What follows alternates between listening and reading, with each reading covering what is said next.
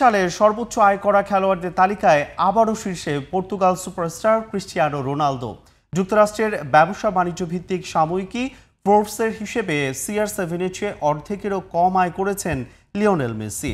তবে রোনালদো মেসিদের তালিকায় তরুণ বেলিংহাম ও ইয়ামালদের উত্থান আগামী প্রজন্মের নেতৃত্বের বার্তা দিচ্ছে।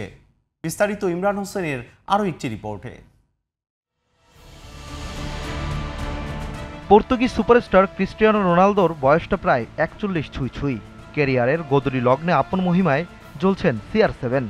মাঠের পারফরমেন্সে যেমন উজ্জ্বল, তেমনি অর্থ উপার্জনেও বিশ্বের সব খেলোয়াড়দের ধরাছোঁয়ার বাইরে। যুক্তরাষ্ট্রভিত্তিক সাময়িকী ফোর্বস 2025 সালের সর্বোচ্চ আয়কারী খেলোয়াড়দের তালিকা প্রকাশ করেছে, যেখানে শীর্ষস্থানে রয়েছেন আল নাসরের পর্তুগাল ফরওয়ার্ড ক্রিস্টিয়ানো রোনালদো। এবারই না, গেল এক দশকের মধ্যে ষষ্ঠবারের মতো তিনি সবচেয়ে আয়কারী খেলোয়াড় হলেন।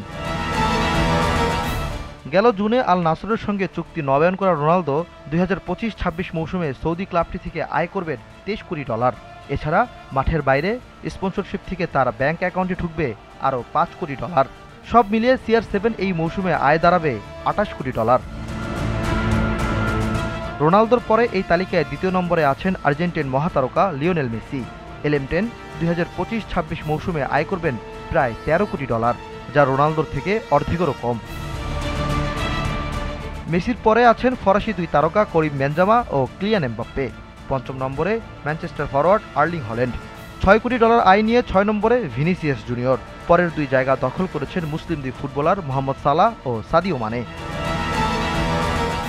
শীর্ষ আয় করা খেলোয়াড়দের তালিকায় 9 ও 10 নম্বরে চমক দুই তরুণ জুড বেলিংহাম আর লামিন ইয়ামাল, নতুন প্রজন্মের উঠতি তারকা। Imran Hossain, GTV news.